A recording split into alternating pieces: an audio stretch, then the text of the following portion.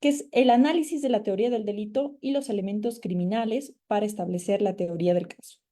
El doctor, el magíster Pablo Bravo, es abogado dedicado al libre ejercicio de la profesión en materia penal. Es magíster en litigación oral por California Western School of Law. Es especialista en Derecho Penal por la Universidad de Buenos Aires, Argentina. Maestrante en Derecho Penal por la Universidad de Buenos Aires. Ha sido docente en la Universidad Técnica Particular de Loja, en la Universidad Regional Autónoma de los Andes, Ambato, y actualmente en la Universidad Internacional del Ecuador, sede Loja.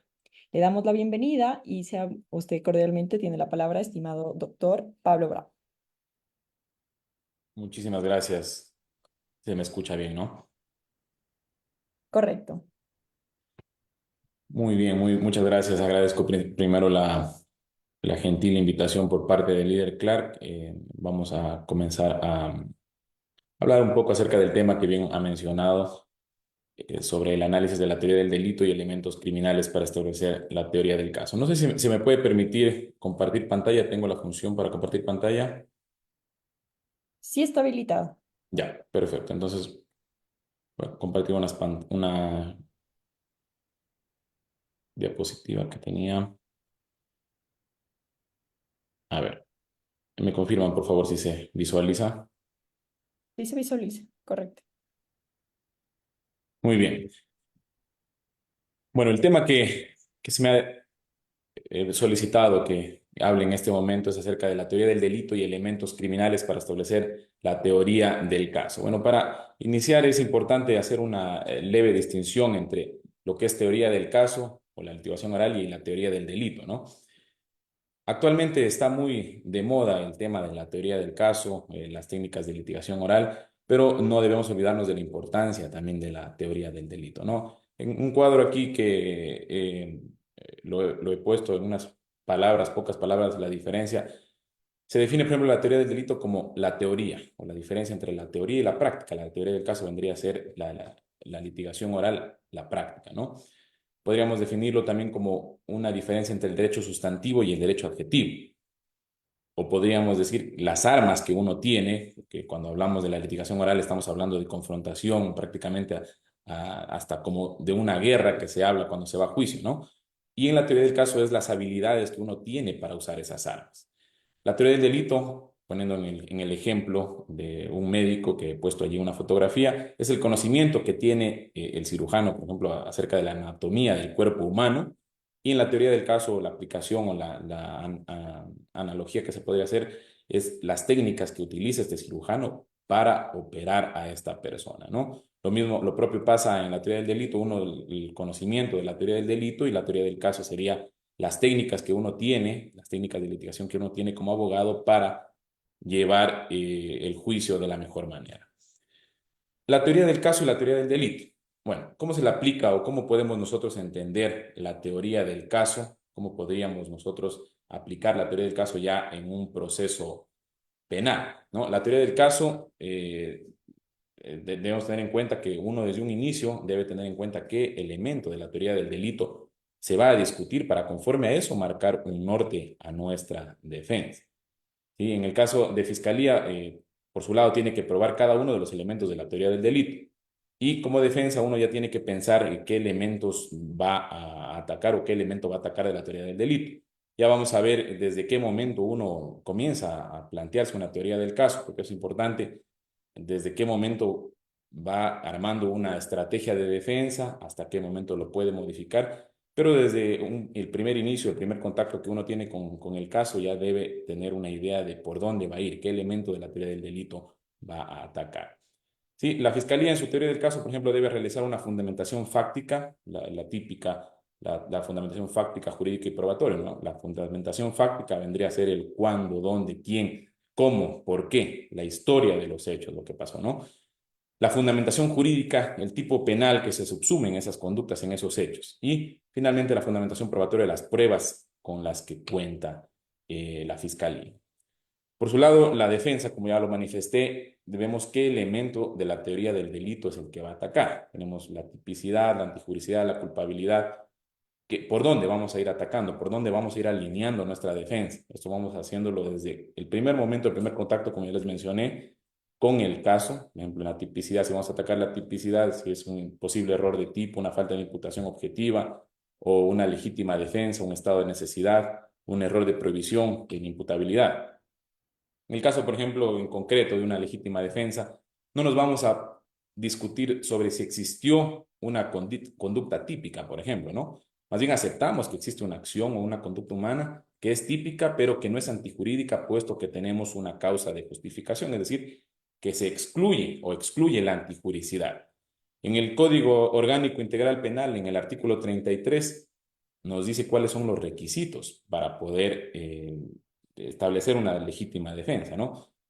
Nos menciona que son tres requisitos, los cuales tienen que ser concurrentes, es decir, todos tienen que cumplirse, no puede alguno de ellos no cumplirse, sino ya no sería legítima defensa, que tiene que ser la agresión actual e ilegítima, es decir, que tiene que ser en este momento, no tiene que ser anterior, pasada, una necesidad racional de la defensa y la falta de provocación suficiente. Entonces, ¿a qué quiero llegar con todo esto? Es que nosotros vamos a establecer nuestra teoría del caso dependiendo del caso concreto. Por ejemplo, si estamos hablando de una legítima defensa, no vamos a ponernos a discutir, como expliqué en la diapositiva anterior, sobre si se trata de una acción o una conducta humana.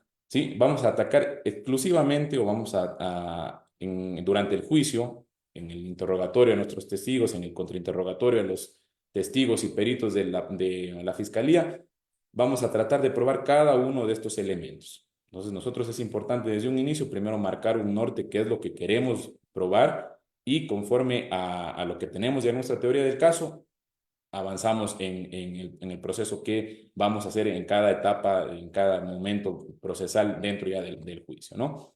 Por ejemplo, en un error de identificación, recientemente tuve un caso en el cual alegábamos errónea identificación. ¿Será que serviría de algo ponerse a discutir los hechos o ponerse a discutir si existía o no existía dolo? ¿Cuántas personas participaron en la supuesta estafa que estaba acusándose? ¿O era necesario hacer contrainterrogatorio, por ejemplo, a todos los testigos de fiscalía? Pero en este caso concreto que les comento, nosotros no teníamos un solo testigo como prueba, nada, absolutamente, ni un documento, ni un perito, ni un testigo, nada, absolutamente nada. Lo único que utilizamos fue el contrainterrogatorio y solamente a dos personas, a la víctima que se le hizo un contrainterrogatorio y al policía que realizó la rueda de identificación. ¿Sí? ¿Por qué? Porque ya desde un inicio teníamos claro qué era lo que nosotros estábamos buscando en ese proceso, qué era lo que nosotros estábamos buscando en el juicio. Ahora, si nos poníamos a discutir cada prueba, cada elemento, cada testigo, cada documento, cada perito que presentaba fiscalía, no íbamos a llegar a ningún lado. Por eso es importante desde un inicio marcar nuestra teoría del caso para conforme a eso, cada elemento nosotros irlo exponiendo durante el desarrollo del juicio. Bueno, aquí vamos a hacer una breve introducción acerca de lo que es, primero que nada, la teoría del caso, ¿no? Es una formulación de una hipótesis o una alternativa que deberá ser comprobada mediante la práctica de prueba. Es importante saber que esta hipótesis debe tener sustento en prueba, como pongo más abajo, ¿no? Para nosotros poder armar una teoría del caso, tenemos que ver primero la prueba con la que contamos como abogados de la defensa o la prueba que tiene la fiscalía. Nosotros podemos tener una historia, una hipótesis muy creíble, una historia inclusive que se adecue a la realidad, a lo que de verdad pasó. Pero si no tenemos prueba, nosotros tenemos que cambiar lamentablemente esa teoría del caso. ¿Sí? Por su lado también, si que tenemos una teoría del caso muy fuerte, una teoría del caso muy fuerte y como les repito, sin prueba, no sirve absolutamente de nada. Por eso debe contarse o debe tenerse en cuenta la prueba que uno tiene y la prueba también del contrario, ¿ya? Allí es donde uno comienza a marcar un norte. ¿Desde cuándo inicia una teoría del caso? Ya lo vamos a ver más adelante. Para nosotros poder tener la idea desde cuándo nosotros ya comenzamos a marcarnos un norte. Bueno, si ustedes, que aquí colegas abogados ya saben de la práctica, desde qué momento nosotros comenzamos a pensar en la posible solución, la posible alternativa para el juicio, es desde el mismo momento en que se tiene contacto con el cliente, ¿no? Aquí justamente estoy haciendo esas preguntas. ¿Desde cuándo inicia esta teoría del caso? ¿Hasta cuándo se la puede modificar? Bueno, la formulación de una teoría del caso inicia desde el primer contacto que uno tiene con el cliente, ¿no? En el caso de la defensa, cuando llega a nuestro despacho jurídico el cliente y nos comienza a contar, por ejemplo, que así ha sido estafado, que lo han engañado, que le ha entregado un dinero, ya podemos irnos haciendo una idea de qué, primero, a qué delito, a qué podríamos nosotros denunciar, ¿no? O si por su lado viene una persona y dice, estoy siendo acusado de que he violado a una menor de edad, pero yo no sabía que era menor de edad, el sexo que tuvimos fue consensuado, ya podemos ir viendo por dónde podría ir un posible error de tipo. Desde allí uno ya comienza a formularse una teoría del caso. Si estamos en la etapa de investigación, pues uno va a hacer en la investigación a generar o tratar de generar prueba para ir corroborando nuestra teoría del caso. Ahora, no siempre sucede eso, que vienen los clientes ya desde un primer momento, sino que a veces ya vienen solamente cuando ya es de pasar la audiencia de juicio o más adelante, ¿no? Entonces, en ese caso, lo que deberíamos hacer es ver qué pruebas hay, qué se ha evacuado en fiscalía como pruebas o elementos de prueba que van a ser prueba, ¿no? En el juicio, elementos de convicción y ver conforme a esos elementos que tiene fiscalía qué teoría del caso podría aplicarse, ¿no? ¿Hasta qué momento se puede modificar uno la teoría del caso? Bueno, allí siendo muy puros en este asunto, se debería o se podría modificar solamente hasta la audiencia de evaluación y preparatoria de juicio. ¿Por qué? Porque hasta ese momento uno tiene la oportunidad de contradecir la prueba que presenta la otra parte, excluir la prueba que presenta fiscalía, ¿sí? O decir, esta prueba es la que yo anuncio como medios de prueba para apoyar mi teoría del caso. Pero se podría modificar la verdad hasta antes de la audiencia de juicio, ¿no? Pero lo que sí está prohibido es modificar la teoría del caso durante el juicio, es decir, o en un alegato de apertura, como pongo allí a plantear dos teorías del caso de frente, un alegato de apertura, por ejemplo, decir, solicito que al procesado se lo declare inocente, pero si no se podría comprobar la inocencia, que solamente se lo condene por cómplice o alguna cosa así, ¿no? Estamos hablando de dos teorías totalmente diferentes, eso no uno pierde credibilidad cuando le dice eso a los jueces. Está planteando dos teorías, no está segura por ninguna de las dos, o significa que una no tiene prueba y que está intentando ver qué se logra en el juicio. No, uno tiene que tener una teoría del caso ya definida, el momento que se está presentando, el momento que está ya en juicio, en un alegato de apertura, ya debe tener definida cuál va a ser su teoría del caso, ¿no?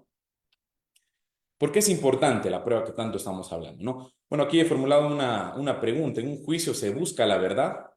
¿O quién es el encargado de buscar la verdad, no? A veces se piensa que en un juicio se va a buscar la verdad o que lo que los jueces sentencian es la verdad, lo que de verdad ocurrió. Y no, la realidad es que no es así, ¿no? El encargado de buscar la verdad es Fiscalía. Fiscalía tiene que hacer una investigación, aportar elementos de cargo y de descargo y va a tratar él de descubrir cuál es la verdad, ¿no? Pero en un juicio no se va a buscar la verdad. En un juicio lo que se va a hacer es, los jueces van a ver qué teoría del caso, o la de la fiscalía o la de la defensa, es la más fuerte, la más creíble, la que está más corroborada. Eso es lo que va a pasar en un juicio, ¿no? Aquí es importante hacer precisamente esta aclaración entre la verdad procesal versus la verdad histórica.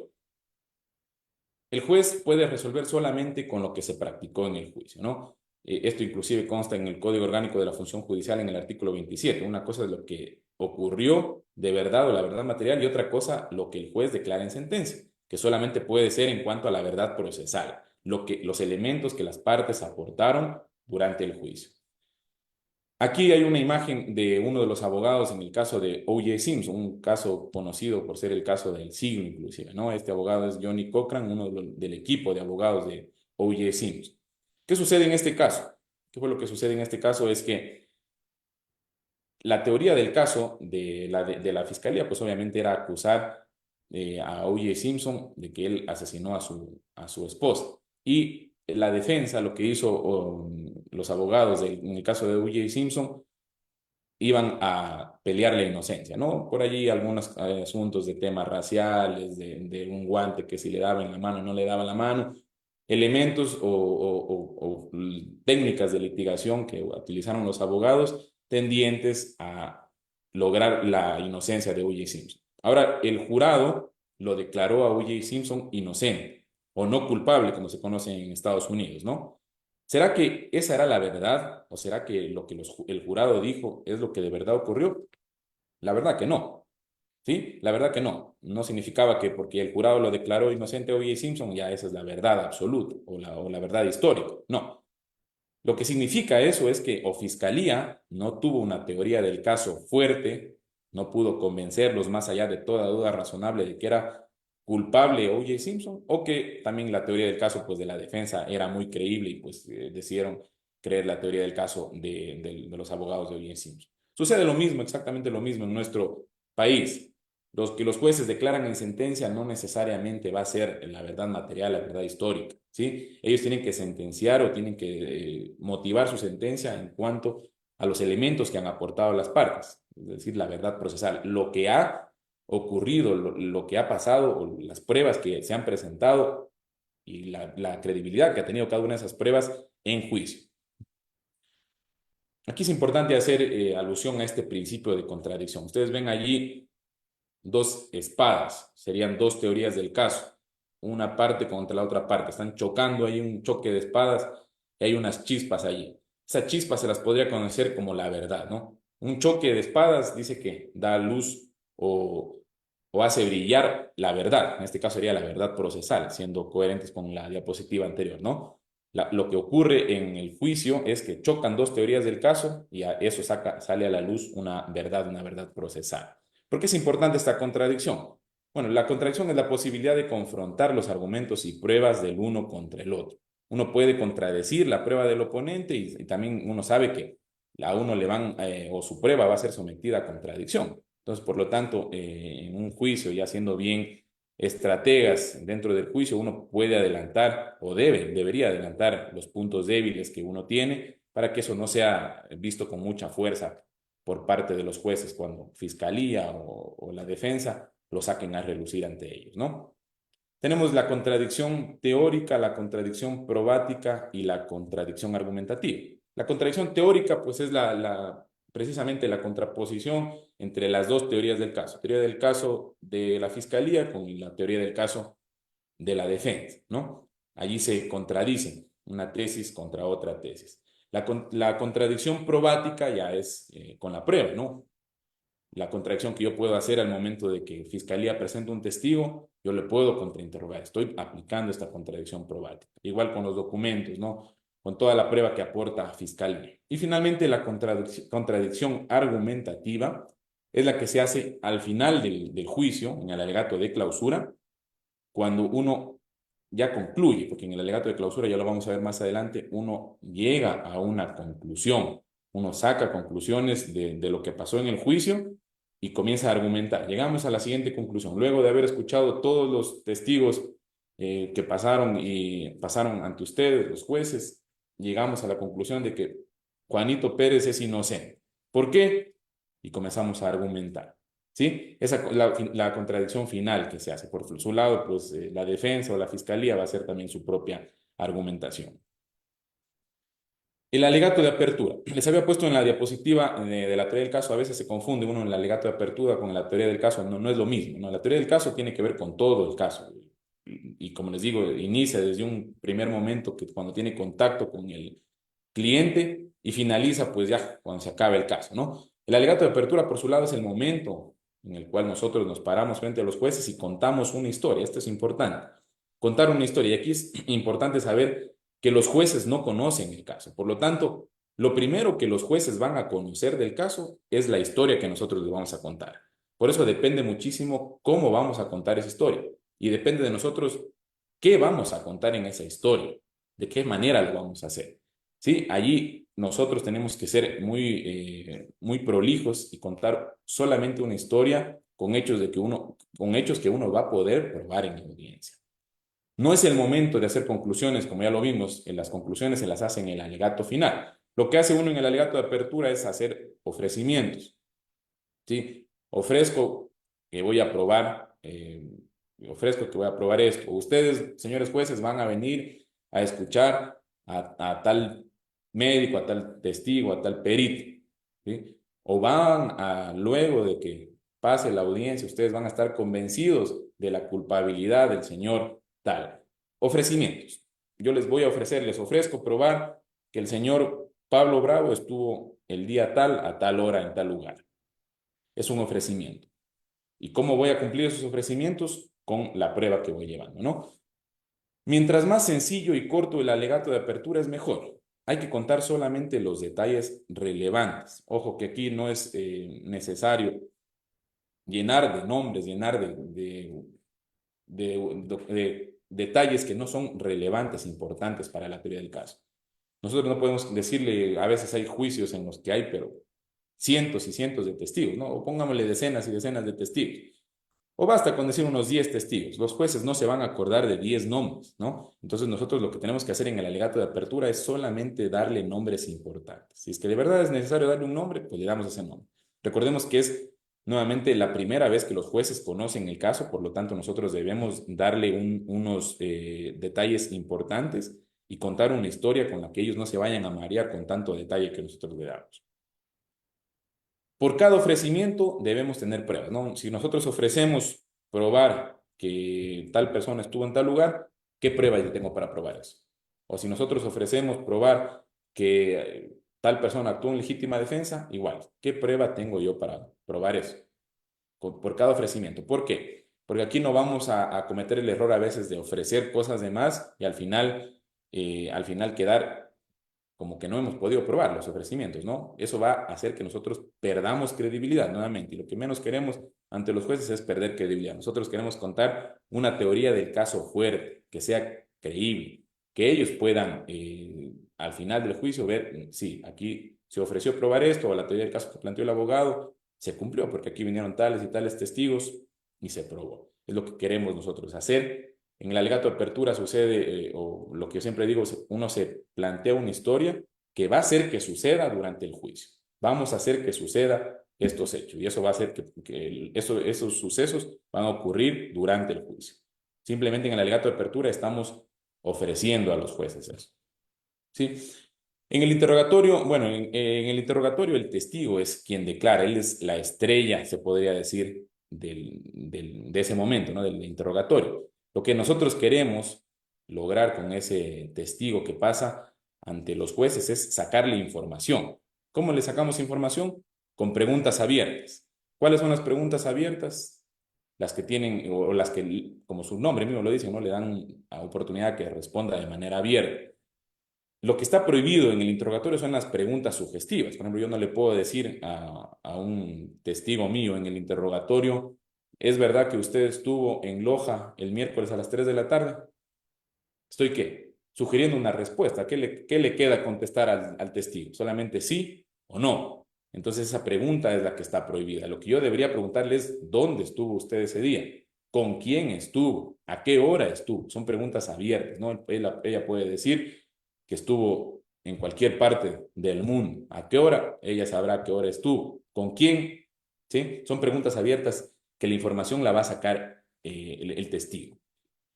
A veces cuando en el interrogatorio me sucede que a algunos abogados yo les he objetado porque hacen preguntas sugestivas y me responden, no, no es una pregunta sugestiva, es una pregunta cerrada. ¿Cuál será pues la diferencia entre la pregunta sugestiva y la pregunta cerrada? Ambas son preguntas, o se las podría entender como que son preguntas cerradas. La pregunta sugestiva, de hecho, es una pregunta cerrada, ¿no? Pero ¿cuál es la diferencia entre estas dos preguntas? Bueno, la pregunta sugestiva es la que introduce información nueva. ¿Ya? Y la pregunta cerrada es una pregunta cerrada que tiene información o que en su pregunta tiene información que el testigo ya nos mencionó. Es decir, no, en la pregunta que le estoy haciendo no estoy introduciendo ninguna información nueva. Esa es la diferencia, ¿no? La diferencia entre la pregunta sugestiva ingresa información nueva, mientras que la pregunta cerrada no ingresa información nueva, sino es de alguna pregunta de algún hecho, algún detalle que el testigo ya mencionó.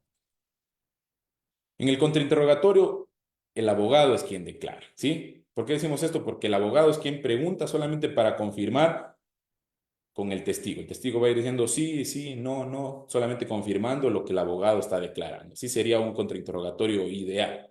Aquí sí se permite hacer preguntas sugestivas. De hecho, es las preguntas principales, las preguntas reinas, como se las conoce en la doctrina, a las preguntas sugestivas. Aquí y también en el interrogatorio, ¿no? Nunca se pregunta a uno si no sabe lo que se va a contestar. Más aún en el contrainterrogatorio, porque sabemos que el contrainterrogatorio uno se le está haciendo al testigo contrario a uno, ¿no? Entonces a uno, nunca nosotros podemos preguntar algo que no sabemos la respuesta. ¿Y cómo sabemos nosotros qué va a contestar? Bueno, ustedes saben que ya cuando se llega a juicio, pues ellos tienen una declaración previa y nosotros sabemos cada detalle ya una vez que estemos en el juicio, ya vamos a estudiar o ya estudiamos bien qué es lo que dice la declaración previa, qué no dice, qué detalle, qué punto, qué coma tiene en su declaración previa. Entonces nosotros vamos a preguntar solamente lo que sabemos que él va a contestar.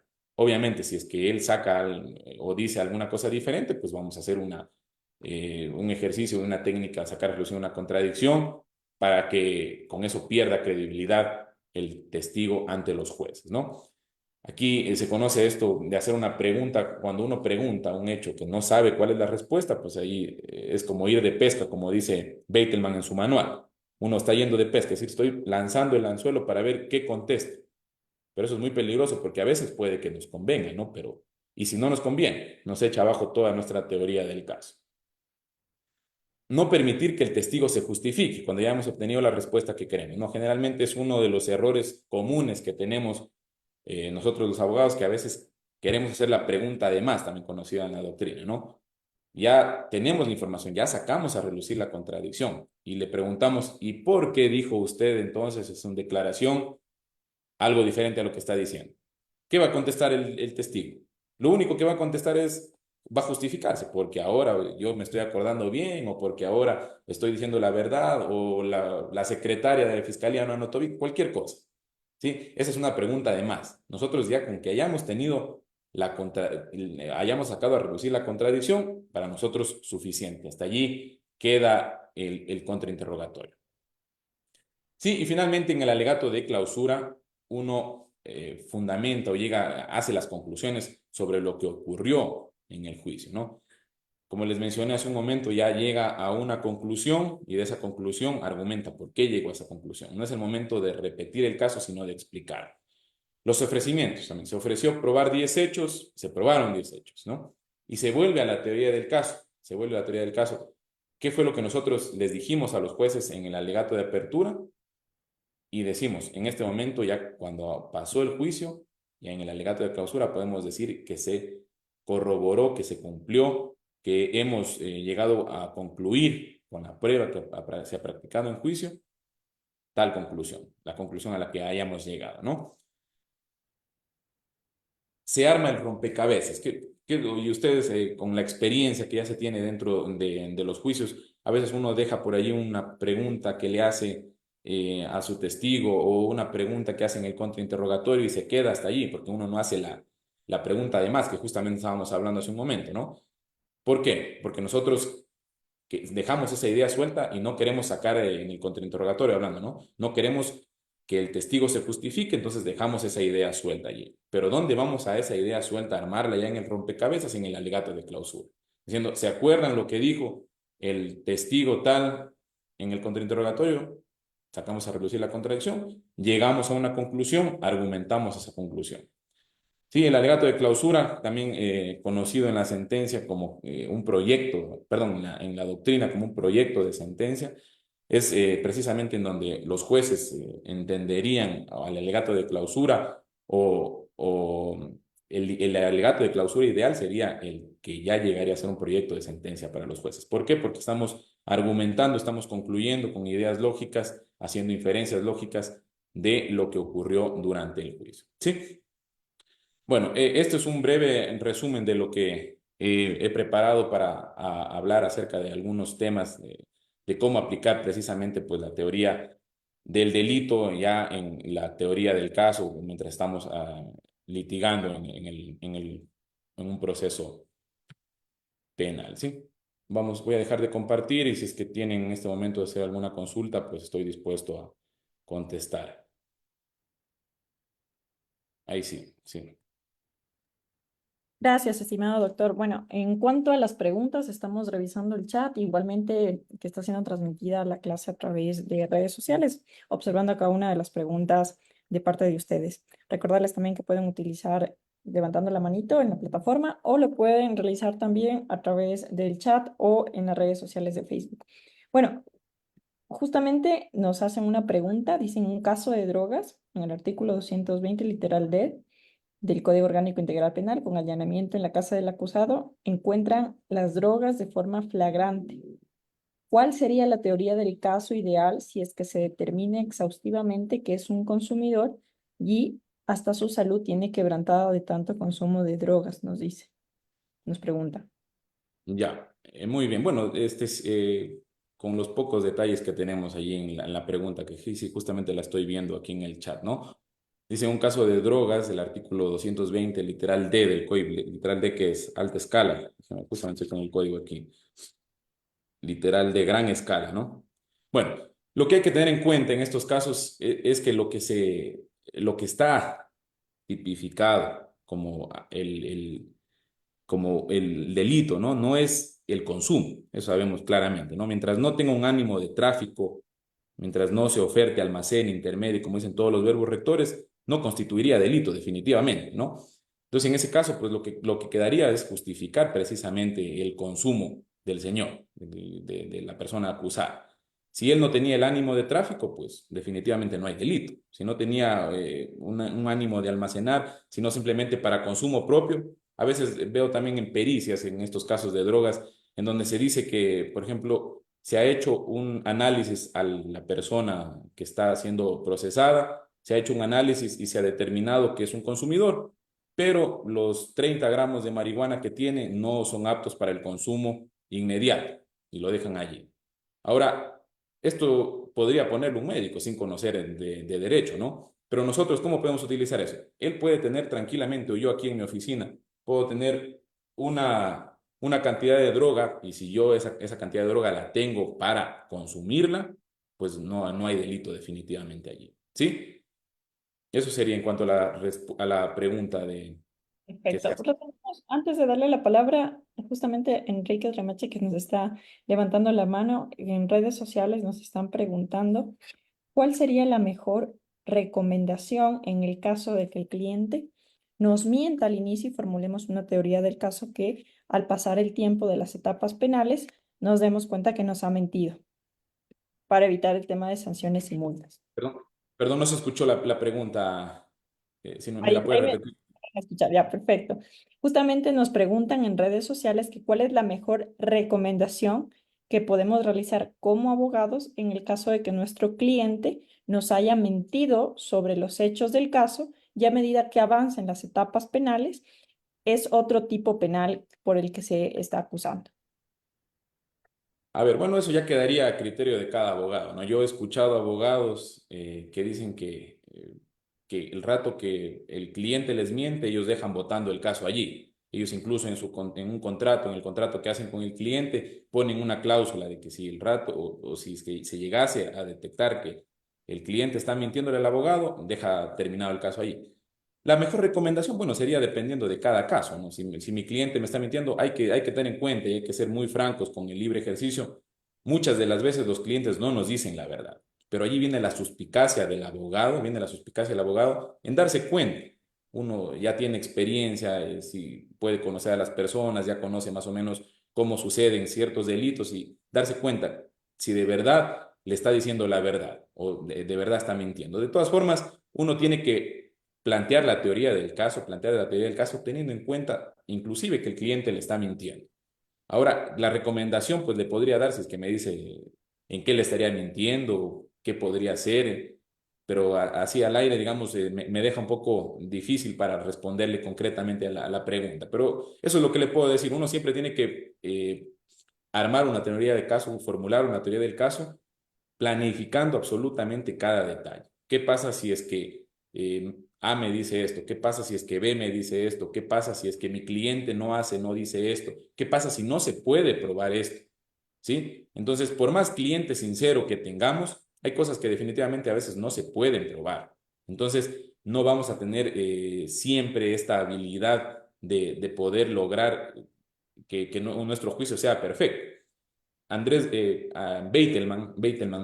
perdón, F. Lee Bailey, en su libro Cómo se ganan los juicios, dice que precisamente la habilidad que tiene el abogado es la habilidad de improvisar. Allí se ve cuán suspicaz o cuán abogado litigante uno es en el momento en el que cuando sucede algo imprevisto, tiene las habilidades para poder atacar eso, ese suceso imprevisto, ¿no? Porque ya aterrizando un poco más al juicio, en el juicio uno lo planifica, uno puede pasar semanas, meses preparando el juicio, ¿no? Puede pasar qué preguntas les voy a hacer, qué preguntas, qué dijo, qué no dijo, qué le puedo pasar, qué me puede responder, pero nunca va a ser el juicio perfecto. Siempre va a haber algo que toque improvisar. Entonces, nosotros tenemos que estar preparados y la única manera de estar preparado pues es conocer, en este caso, por ejemplo, de un delito en concreto, hablando de drogas, por ejemplo, tenemos un poco de verbos rectores. ¿Qué pasa si es que en audiencia se logra probar otro verbo rector del cual no me están acusando? ¿Qué tengo que decir? ¿Qué podría decir?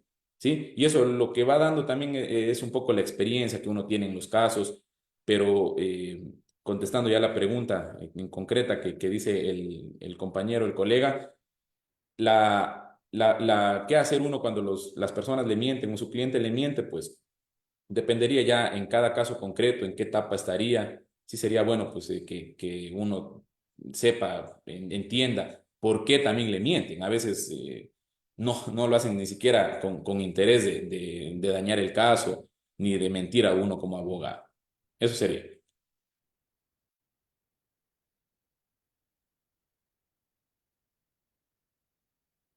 Perfecto. Tenemos la mano levantada justamente de Ivonne. Buenas noches, doctor. Yo tengo una inquietud. Eh, Soy estudiante, ¿no? Y tengo una inquietud de que he visto en la práctica. Cuando habló usted sobre el contrainterrogatorio y el interrogatorio, también nosotros como abogados o los abogados tienen derecho al contrainterrogatorio cuando son llamados a las versiones libres y voluntarias, porque generalmente yo he visto acá en Fiscalía, porque yo soy de un pueblito que se llama El Ángel, entonces acá tienen sus propias leyes. He visto generalmente que Fiscalía llama a las versiones libres y voluntarias y únicamente el que hace preguntas es el abogado contrario, el abogado de la víctima, por ejemplo. En cuanto al sospechoso, lo dejan indefenso. Entonces, no sé si también ahí cabe que él pregunte o haga aclaraciones. Muy bien, sí. A ver, esto deviene del principio precisamente de contradicción, ¿no? Había explicado un poco en la diapositiva en cuanto a la contradicción. Tenemos dos grandes grupos de contradicción, ¿no? La contradicción investigativa y la contradicción ya como tal en juicio. Nosotros podemos o debería aplicarse el principio de contradicción investigativa. ¿Dónde se aplicaría la contradicción investigativa? Precisamente en la investigación previa, en la instrucción fiscal. Allí es donde se aplica la contradicción investigativa. Y en este caso, en la pregunta en concreta que usted me hace, la única manera de garantizar una contradicción investigativa es dándole la oportunidad al abogado que haga el contrainterrogatorio. Podría hacerlo, ¿no? Obviamente allí quien califica o quien está para controlar eso es el mismo fiscal. Y lamentablemente, pues en manos de él queda, y ya dependería pues de con qué fiscal estemos y en dónde estemos dando la versión o esté dándose la versión para ver si es que nos permiten hacerlo. Pero debería permitirse hacer preguntas en las versiones, a ambas Mm, partes, ¿no? Garantizando este principio de contradicción. Listo, muchas gracias.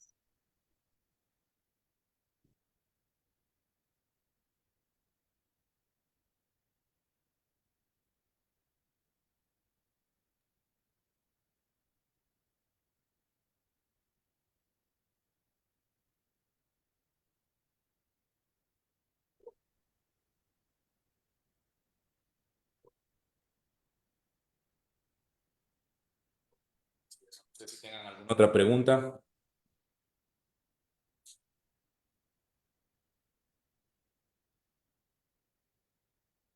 Buenas noches. Buenas noches.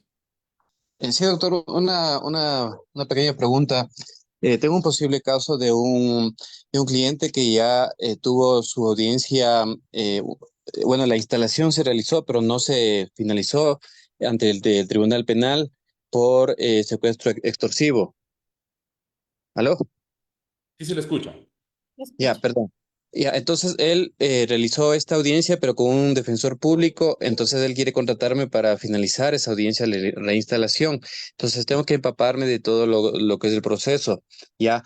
Pero en este caso, según usted nos está comentando, en la teoría del caso ya no podría yo cambiarla, tendría que yo hacerlo ya lo que le inicialmente hizo el abogado anterior.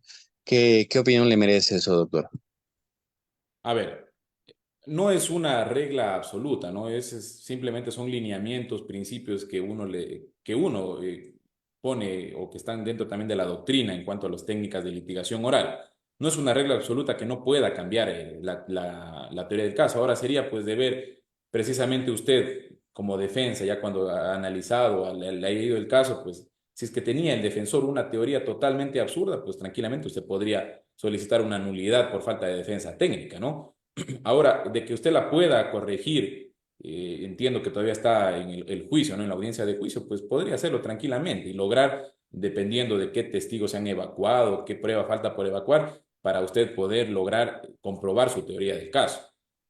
¿Sí? No, no es una regla absoluta decir que no vamos a poder modificar la teoría del caso. Se va a perder credibilidad si uno mismo lo hace. Ahora, si es que, obviamente, si usted está asumiendo la defensa luego de que ya ha tenido otro defensor, podría modificar la teoría del caso, siempre y cuando, como le digo, la teoría del caso, teniendo en cuenta las pruebas que tiene o que todavía faltarían en su caso en concreto por evacuarse. Si empiezas con esas pruebas, usted podría lograr comprobar su teoría del caso. Ya, muchas gracias, doctor. Perfecto. Justamente, bueno, entonces volvíamos a las preguntas de las redes sociales. Nos están consultando. ¿Qué opina sobre el tema de, en este caso, fiscalía, en el tema de versiones, cuando califica las preguntas que son procedentes o no son procedentes? Si es que existe algún tipo de vicio al respecto, al ser juez y parte en la calificación en la versión del qué preguntas se pueden realizar por parte de los abogados que le acompañan.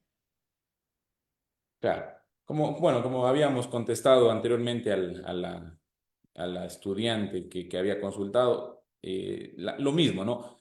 En este caso, bueno, recientemente hubo un caso muy famoso, el asunto de no sé si fue en el caso Metástasis, no recuerdo exactamente, ¿no? Cuando sucedió que un procesado solo decidió contestar las preguntas que le hizo su defensa, ¿no? Y cuando ya le hacía la fiscalía, o fue al revés, no, fue así como les estoy diciendo, ¿no? Entonces, solamente decidió contestar las preguntas que le hizo su defensa. Cuando ya quiso preguntar fiscalía, ya no contestó. Sí, estos garantistas están investidos del principio de inocencia y de guardar silencio, pues, cuando son procesados. Ahora, ellos en el procedimiento investigativo, los fiscales en el procedimiento investigativo, tienen toda la potestad para dirigir la investigación. Por lo tanto, deberían ser los que califiquen. Usted podría en ese momento mismo, pues allí usted argumentar y decir, aquí se debe garantizar el principio de contradicción. Debería permitírseme hacer preguntas a el testigo que está declarando, dando su versión en este momento. Esa sería la única vía, lamentablemente, porque como ya mencioné anteriormente, en ellos mismos está, siendo el órgano que está investigando, pues en resolver si las preguntas proceden o no proceden. Perfecto. No sé si existe alguna duda adicional. Estoy justamente revisando dentro de otras preguntas en el tema de formulación de la teoría del caso. Una pregunta adicional que nos hace Cristian Díaz, nos mencionan justamente en la etapa procesal de vinculación sobre la opinión de las acciones urgentes en referencia a la petición continua por parte, en este caso, de fiscalía, y al constituirse, podría constituirse un acoso, nos menciona. ¿Y de qué forma se puede proceder? No, no entendí la pregunta. Creo que se refiere al tema de las acciones urgentes, a los actos urgentes que emite fiscalía, y nos dice, podemos nosotros denunciarle, en este caso, a fiscalía, por el acoso que se recibe a través de los diferentes actos urgentes. Bueno, un poco confusa la pregunta. Sí, bueno, sí, ustedes saben que siempre deben estar enmarcados dentro de los principios constitucionales del debido proceso en todo, en todas las actuaciones por parte de Fiscalía y nosotros como defensa también. Ahora es muy cuestionable pues el hecho de que siempre esté a manos de la Fiscalía. En otros países, si no estoy mal, en Colombia, por ejemplo, la misma defensa tiene la posibilidad de realizar investigaciones con una sola firma del abogado, pues al igual que con la misma fuerza que tiene Fiscalía solicitar información, ¿no? Hay un libro de el doctor Felipe Rodríguez que habla en cuanto al asunto de cuando se solicita por parte de Fiscalía que digan la pertinencia de cierta diligencia, ¿no? Y eso a veces uno lo limita en el derecho a la defensa. Y es verdad, ¿no? Porque, por ejemplo, uno está solicitando una diligencia y la Fiscalía dice, diga la pertinencia o señale la pertinencia de su solicitud, de su diligencia. ¿Qué es lo que están pidiendo la Fiscalía? Está pidiendo que le digan cuál es su teoría del caso para él poder dar el visto bueno, sí, vamos a dar paso. Sí, pero al contrario, no podríamos hacer lo mismo, ni se nos ocurriese hacer lo mismo, que Fiscalía pida o, mediante impulso fiscal una diligencia y nosotros estarle diciendo que diga la pertinencia o qué es lo que quiere lograr la Fiscalía solicitando esa diligencia. Entonces, bueno, ya son aristas dentro del libre ejercicio que uno podría irlas superando a esas y ya va viendo la manera, ¿no? De ir superando, argumentando. La verdad que este debate mismo que tenemos, estos momentos, espacios en donde se puede uno hablar sobre estos temas, ayudan a ir desahogando y viendo de qué manera uno puede ir mejorando estas actuaciones por parte de los abogados defensores. Muy bien. Justamente Rolando Apolo en el chat nos coloca, ¿el testigo puede acogerse al derecho al silencio? A ver, el que puede acogerse el derecho a silencio es el procesado únicamente, ¿no? Él tiene ese derecho de acogerse al silencio. Él es porque, a ver, aquí hay que entender una cosa, ¿no? Los testigos son medios de prueba, los testigos en general, ¿no? Van a declarar como medio de prueba. Por su lado, el procesado va a declarar como medio de defensa. Por lo tanto, él declara hasta donde él quiere o simplemente no declara. Pero el testigo tiene la obligación de declarar, tiene la obligación de declarar. No puede acogerse el derecho a silencio si estamos hablando de un testigo que no es el procesado, ¿no? Perfecto. No hay más interrogantes hasta el momento. No sé si existe alguna participación adicional o en caso no le exista, pues queremos agradecerles a todos por conectarse. Bien, veo que no hay más, aquí ha quedado muy claro en realidad el tema. Te agradecemos de parte del líder Clark, estimado Pablo, que te hayas conectado. Agradecerte también por ser parte de estas diferentes ponencias y de la discusión legal también que es necesaria para el país. Y bueno, esperamos verte próximamente también en otra ponencia y gracias a todos también por conectarse y invitarles también a que puedan seguir participando de las otras clases que se vienen con los módulos 3 y 4. Un fuerte abrazo y muchas gracias. Hasta luego, muchas gracias a ustedes. Pasen bien.